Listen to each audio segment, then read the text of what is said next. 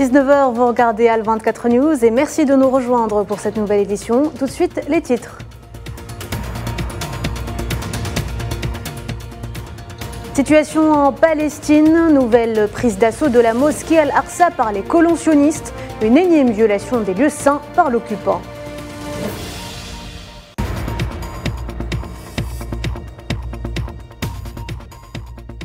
Nouvelle attaque de drones sur Moscou. Vladimir Poutine accuse l'Ukraine de vouloir terrifier les Russes.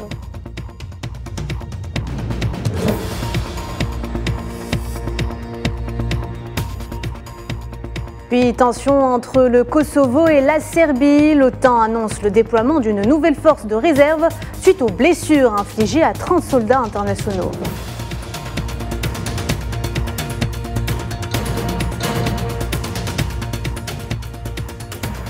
Et enfin, conflit au Soudan, les combats se poursuivent malgré le prolongement de la trêve pour tenter d'acheminer l'aide humanitaire vitale pour le pays.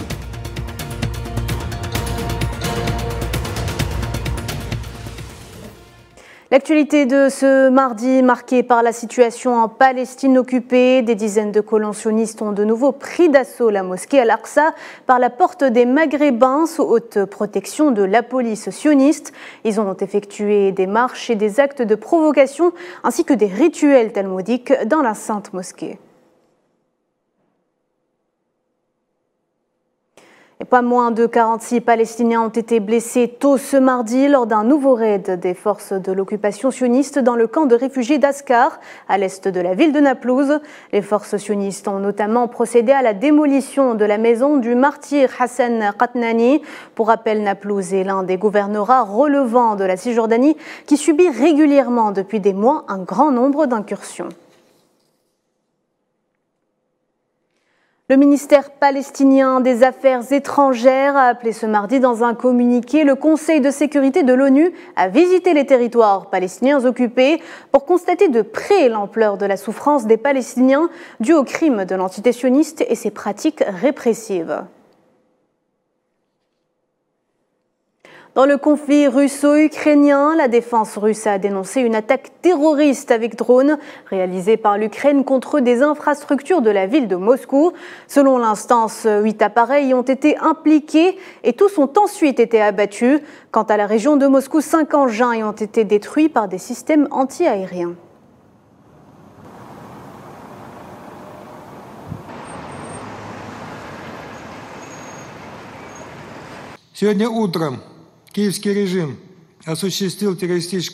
Ce matin, le régime de Kiev a mené une attaque terroriste dans la région de Moscou. Et je soulignerai visant des cibles civiles. Au total, 8 drones de type avion ont été utilisés. 3 d'entre eux ciblaient Moscou. Les 3 ont été abattus à l'aide d'un équipement de brouillage. Ils ont perdu le contrôle et se sont éloignés de la cible. 5 autres ont été abattus par le système de missiles Pantsir.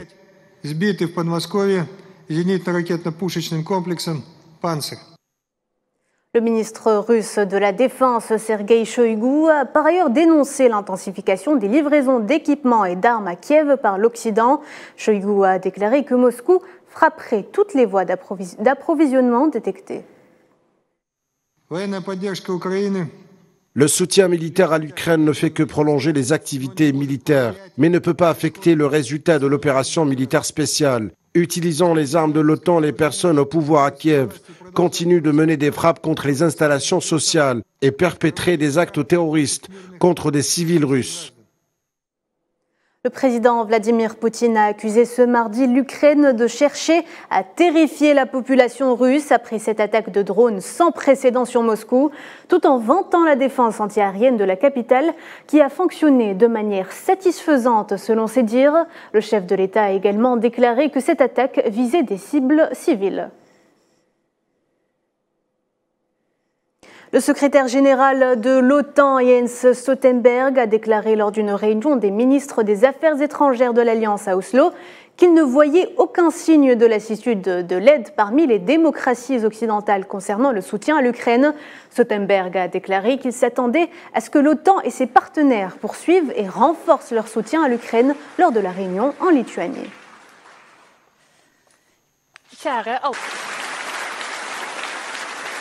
Je m'attends à ce que lorsque nous nous réunirons à Vilnius, et c'est également un thème lorsque nous nous réunirons ici à Oslo cette semaine, les pays de l'OTAN confirmeront et renforceront leur soutien à l'Ukraine politique, économique et surtout militaire.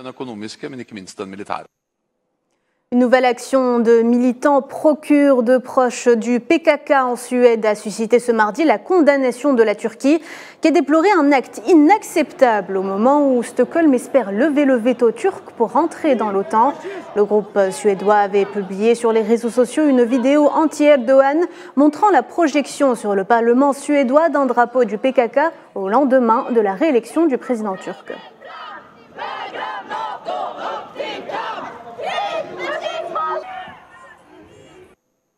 Regain de tension au Kosovo, l'OTAN a annoncé le déploiement de la force de réserve opérationnelle pour les Balkans occidentaux suite aux troubles récents et aux blessures infligées à 30 soldats internationaux. Des manifestants serbes ont vandalisé plus tôt ce mardi 2 voitures appartenant à des journalistes albanais dans la ville kosovare de Leposavić.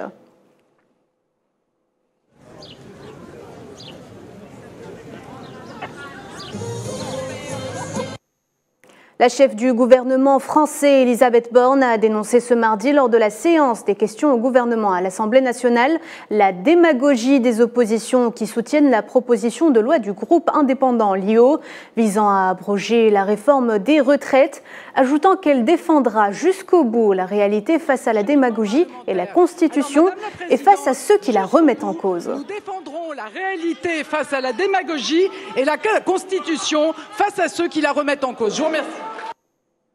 Les combats se poursuivent au Soudan entre l'armée régulière et les forces de soutien rapide, alors que la trêve a été prolongée pour tenter d'acheminer une aide humanitaire vitale pour le pays. Combattant depuis le 15 avril dernier, les deux parties au conflit ont accepté d'étendre hier soir un cessez-le-feu en vigueur depuis le 22 mai dernier. Mais la situation sur le terrain démontre le contraire. Raids aériens, tirs d'artillerie et mouvements de blindés ne cessent pas.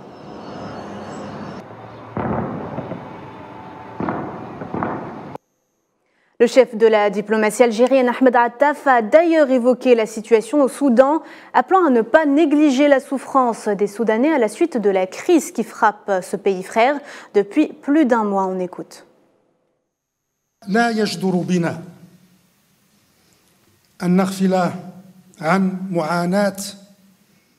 Il ne faut surtout pas négliger la souffrance des Soudanais à la suite de la crise qui frappe ce pays frère depuis plus d'un mois.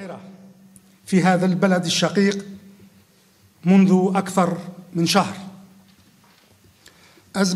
Une crise qui a coûté la vie à des centaines d'innocents et déplacé des centaines de milliers de civils sans défense. ونزوح مئات الآلاف من المدنيين العزل في ظل هذا المشهد القاتم. Face à cette situation, l'Algérie appelle à redoubler d'efforts et à coordonner les initiatives de tous les acteurs internationaux et régionaux afin d'aider à faire sortir le Soudan de la spirale de la violence et de la division. من أجل إخراج السودان الشقيق من دوامة العنف والانقسام. Concernant le dossier sahraoui, le ministre algérien des Affaires étrangères a affirmé que l'Afrique ne pourrait tourner la dernière page de l'histoire du colonialisme qu'en permettant au peuple sahraoui d'exercer son droit inaliénable et imprescriptible à l'autodétermination. في آخر مستعمرة إفريقية. Dans la dernière colonie d'Afrique, au Sahara occidental plus précisément, nos sœurs et nos frères attendent notre soutien pour pouvoir exercer leurs droits inaliénables et imprescriptibles à l'autodétermination.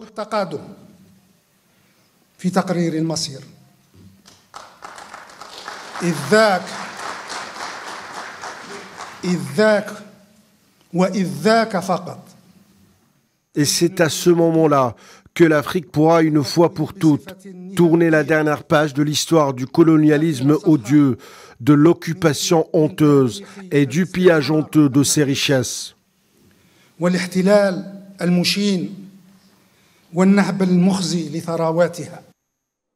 Ahmed Attaf a notamment mis en avant en marge de la journée internationale de l'Afrique les efforts de l'Algérie en vue de mettre fin aux conflits armés et préserver la sécurité et la stabilité dans son voisinage immédiat, notamment au Mali, rappelant l'initiative prise par l'Algérie en vue de réactiver et redynamiser le rôle du comité d'état-major opérationnel conjoint dans la lutte contre les phénomènes du terrorisme et de la criminalité transnationale. Dans cette optique et alors qu'elle poursuit ses efforts à la tête de la médiation internationale pour le suivi du processus de paix et de réconciliation dans la République sœur du Mali,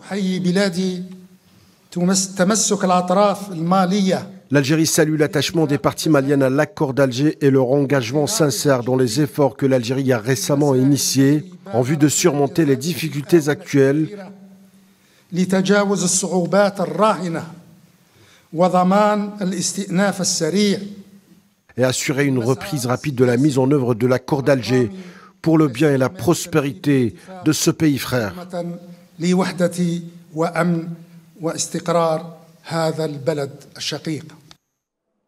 On reste en Afrique et alors qu'il s'exprimait devant l'Assemblée législative de transition, le Premier ministre du Burkina Faso a estimé qu'il n'y a pas de négociation possible avec les hordes terroristes qui ciblent le pays depuis 2015, ajoutant que la seule négociation qui vaille avec les bandits armés est celle qui se fait actuellement sur le champ de bataille. Le chef du gouvernement a également souhaité que le nombre de volontaires pour la défense de la patrie soit porté à 100 000 et même au-delà. Militaires et paramilitaires, distingués invités. L'Algérie en passe de devenir le plus grand producteur et exportateur des huiles alimentaires en Afrique avec l'entrée en production ce mardi de l'usine de trituration des graines oléagineuses du groupe Cévital près du port de Béjaïa, un projet structurant d'envergure qui revêt une grande importance économique pour le pays. La relance de l'industrie alimentaire en Algérie ne compte pas s'arrêter là. Dans le cadre du lancement effectif du projet Pro-Agro-Jeunes, mis en œuvre par le bureau de l'OIT à Alger et cofinancé par les fonds internationaux pour le développement agricole, un atelier de validation de la sélection et de l'analyse de la chaîne de valeur agroalimentaire du projet est planifié au niveau de la wilaya cible de Mostaganem. Mohamed Wali Ben Chaban. Un bon nombre de professionnels du monde agricole a assisté mercredi à l'atelier Pro-Agro-Jeunes à Mostaganem, un programme mis en œuvre par le Bureau de l'Organisation internationale du travail à Alger, cofinancé par le Fonds international pour le développement agricole. Ce projet financé par le FIDA est exécuté par l'Organisation internationale du travail en partenariat avec l'ANEM, l'ANAD et le BNEDER. Et d'autres partenaires aussi. Et il est le résultat d'une collaboration entre les secteurs de l'agriculture, de l'emploi, au profit de l'Algérie en premier, et plus spécifiquement des jeunes, puisqu'il s'agit au final de promouvoir les opportunités d'emploi décents. Le projet Pro-Agro-Jeunes, un apport certain pour l'emploi décent en Algérie, selon les spécialistes. On est en Algérie dans le cadre d'un projet qui s'appelle Pro-Agro pour promouvoir des stratégies et des synergies avec des acteurs locaux, le secteur privé pour la promotion du travail décent, particulièrement touchant les jeunes dans le secteur agricole et agroalimentaire. Donc ce projet, il a des objectifs très clairs, c'est la promotion et c'est la création d'au moins 1100 emplois décents dans les prochaines 2 années, avec un pourcentage d'au moins 30% de femmes.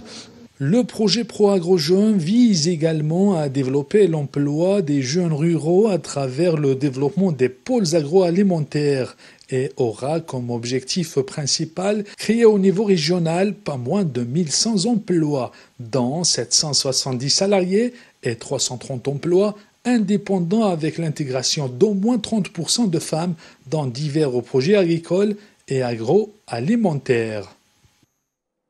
L'industrie automobile fait également son grand retour en Algérie. La première voiture de la marque italienne Fiat assemblée en Algérie sortira de l'usine au mois de décembre prochain. Une date confirmée une nouvelle fois, notamment par le ministre de l'Industrie et de la Production pharmaceutique Ali Aoun, qui se trouve à Turin pour le forum sur l'industrie automobile en Algérie. Ansaldo Energia, che è la casa madre, è una società storica elettriche, ma facciamo anche service. Notre présence aujourd'hui au niveau de ce forum consacré à l'économie dans le domaine de l'industrie de l'automobile va nous permettre de définir quelles sont les voies et les moyens à mettre en place pour renforcer la coopération dans le domaine de l'industrie de l'automobile qui est naissante en Algérie et nous fondons beaucoup d'espoir sur l'expérience et le savoir-faire des partenaires italiens pour lancer cette industrie en Algérie qui a déjà démarré. Elle a démarré avec l'aspect commercial.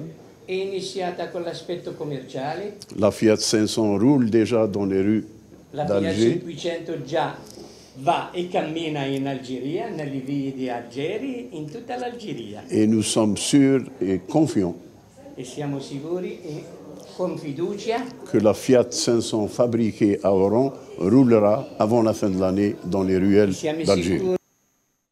Sport football, finale de la Coupe de la Confédération africaine. L'USM Alger, vainqueur au match aller en Tanzanie face aux Young Africans 2 buts à 1, sont à seulement 90 minutes du bonheur. Les hommes du coach Abdelhak Benchiha préparent sereinement cette manche retour qui, on rappelle, aura lieu samedi soir au stade du 5 juillet.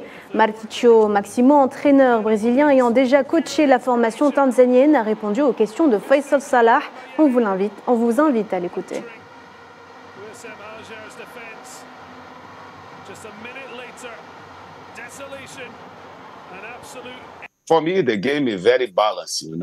Pour moi, le match entre les deux équipes était très équilibré, mais les meilleures chances venaient du club algérien. Ils ont joué un jeu très vertical, ils ont joué et utilisé les contre-attaques. Young Africans avaient plus de possession, mais les joueurs algériens, Merili, Benzaza, Bouslio, Mahious ont déstabilisé les Young Africans. Ils ont utilisé les espaces et créé des problèmes aux joueurs de l'équipe adverse. Mais je crois toujours que cette finale est toujours ouverte. Le club algérien a joué de façon réactive.